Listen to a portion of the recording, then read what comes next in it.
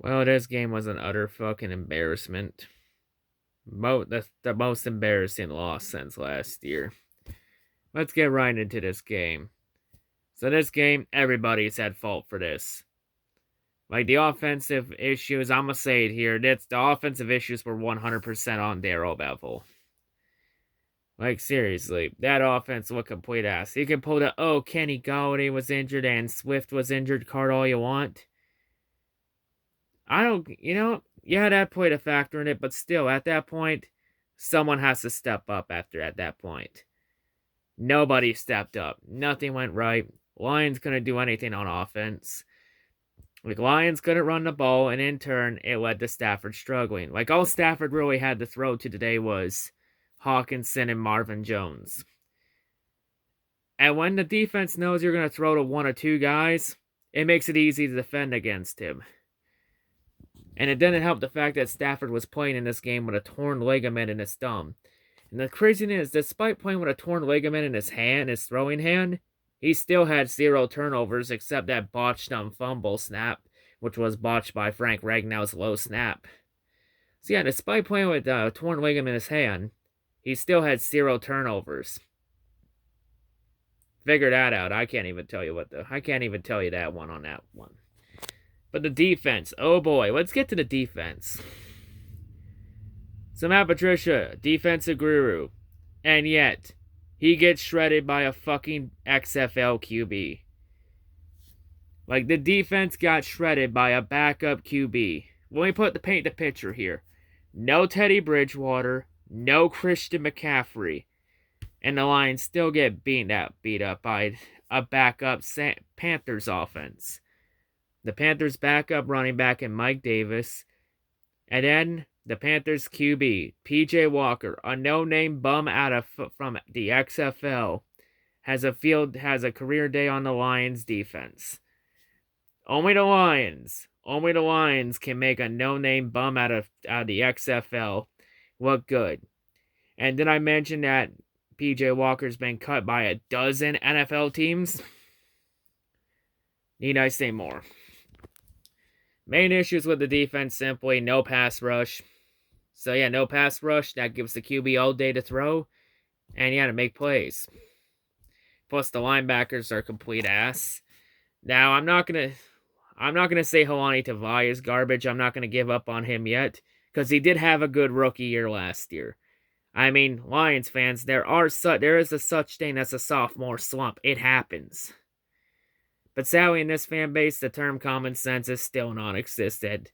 Fans don't like to use their brains and use facts and knowledge. They mainly just want to act off emotion. And that's a proven fact. It's a proven fact. But yeah, this game was just a complete disaster from start to finish. Like, the Lions didn't even show up. Like, they were complete flat. And yeah, you can pull the wet weather excuse all you want. That does not help. Like, that's no excuse. Like, the weather, with it being rain or wet snow or whatever the hell the weather was in this game. I'm pretty sure it was rain, but correct me if I'm wrong. But anyway, the weather's no excuse for this. Alright, no excuses. If all you're gonna do is give me excuses for this, don't waste my time. Don't want to hear it. But yeah, this team's completely lost. They're lost. Like, nothing went right today. Lions lose 20-0. It's the first time in Matt Stafford's career that he's been shut out. Like, the last time the Lions were shut out in a game was October 2009, and Stafford didn't even play in that game. So yeah, first time in 11 years the Lions have been shut out.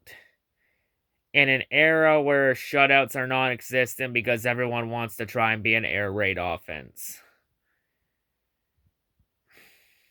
So yeah, Lions now to 4-6. I'm not going to say the season's over quite yet, because we still got the game against Houston next Thursday, but that game's going to be a must-win game. That game, the season's on the line. If the Lions don't beat the Texans Thursday on Thanksgiving, on national television in front of the whole nation, season's over. It's a wrap. Now, if this was the old playoff format where it was like the 16 playoff format, I would say the season would be over today. But since now we got we have a third wild card and it's now 17 playoff, I would say that season's not over quite yet. But yeah, I think it's safe to say though, yeah, as much as I hate to say it, this is it. This is gonna be the end for Patricia and Bob Quinn. There's no chance they'll be back next year. It's gonna be a new regimen because this team is completely lost. And yeah, Patricia's had his chance. I'm not gonna talk too much about who should be the new coach or who should be the new offensive coordinator, because keep in mind, I was the guy that said we should keep Patricia after last year. And it was the right call. It's just Patricia blew a shot. And the team isn't really as injured as bad as last year. Last year, he had the injury excuse. This year, not as much. But, man.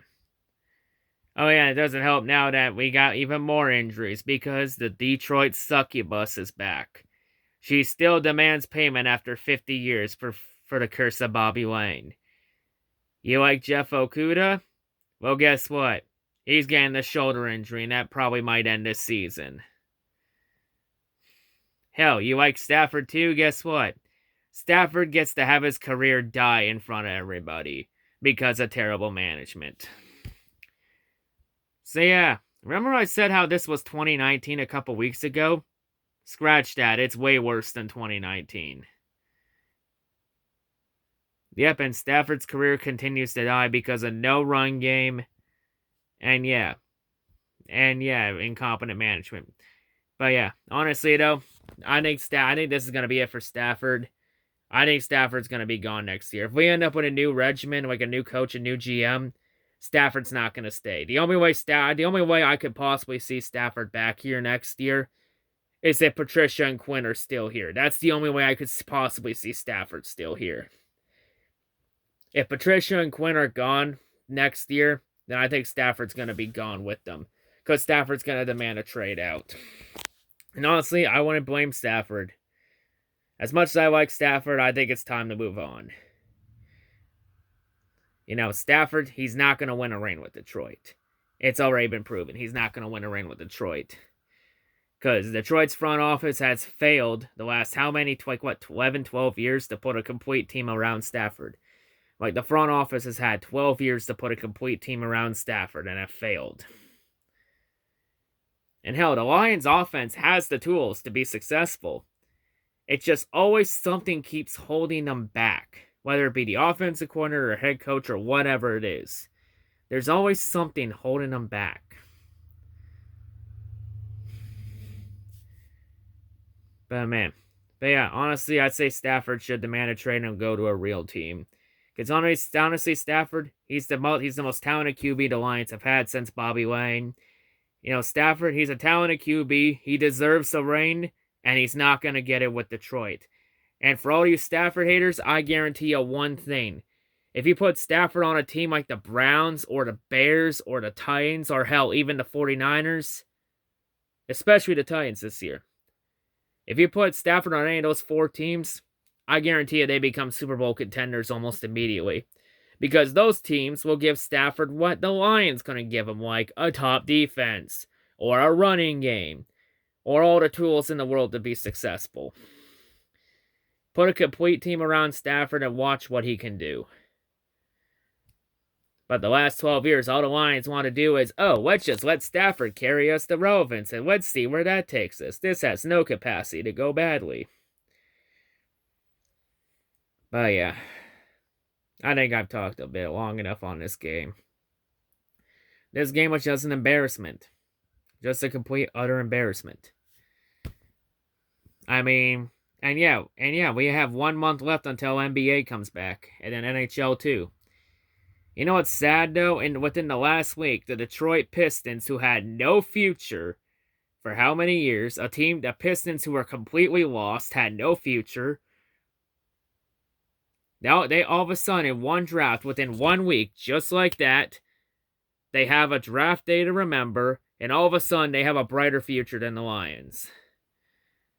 And hell, and it was already proven that the top Red Wings and the Tigers had the brightest futures out of all the Detroit teams too. Especially the Tigers now that the Tigers have the second youngest farm team in the baseball. And you have the Red Wings that have a lot of promising young talent. It's just waiting for them to come up and develop. Now you got the Pistons, who had a draft day to remember, with Troy Weaver taking his balls and show them on the table. And then the Lions.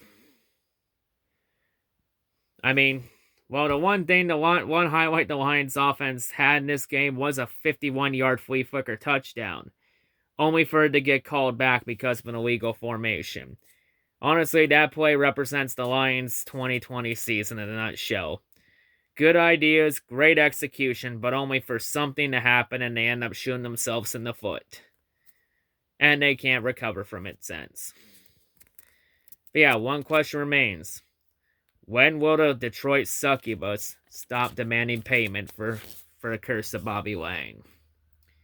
I mean, if there is truly a curse of Bobby Lane or a curse of JFK, considering the fact that the Ford family bought the Lions on the same day that JFK was assassinated, if there's such thing as a curse on this team, then it's right now alive and well. And here's another reason why I think Stafford's going to be gone next year. Kelly Stafford's Instagram video where she ranted about Michigan going into another lockdown over COVID, where she compared it to the equivalent of living in a dictatorship. Yeah, this has zero capacity to go badly, right? This won't end poorly at all. Nope, not at all. I mean, no, she's not wrong, because remember the last lockdown we had? How did that work out for us? It didn't work well. But yet, let's try this again. What could possibly go wrong this time? But yeah, need we say more? Yeah, Stafford's born likely gonna force his way out of Detroit. He deserves the reign, and he's not getting it with the Lions. Like, he's not gonna get it with Patricia and Quinn. He's not gonna get it with the Ford family. Like, something's always gonna keep holding the team back. Like, this team's lost, and they need to figure out what it is, because this is rock bottom. Like, the Lions have officially hit rock bottom with this loss. And here's the sad thing here. I still got 2 more months until NASCAR season, so I got 2 more months until I can put the NASCAR Heavyweight Championship on the line again. So yeah. And we got, like, how many more weeks of this season? 6 more weeks? At least the Pistons, the Red Wings, and Tigers have promising futures. Maybe we can devote our times to that over this predictable shit. But yeah, how did we know that after the Falcons win that this season was going to go downhill? That's pretty much the lines in a nutshell. A couple good moments to suck you in. The Detroit succubus has a weird way of sucking you in. They suck you in with a couple bright moments, only to demand payment and suck the soul and life out of you. AKA dick punching you then back to reality.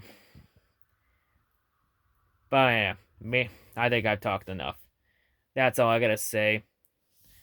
Honestly, Thanksgiving's gonna be Thanksgiving's the season's on the line. Thanksgiving. If Lions lose to the Texans on Thanksgiving, season's over. But yeah, that's all I gotta say. Peace.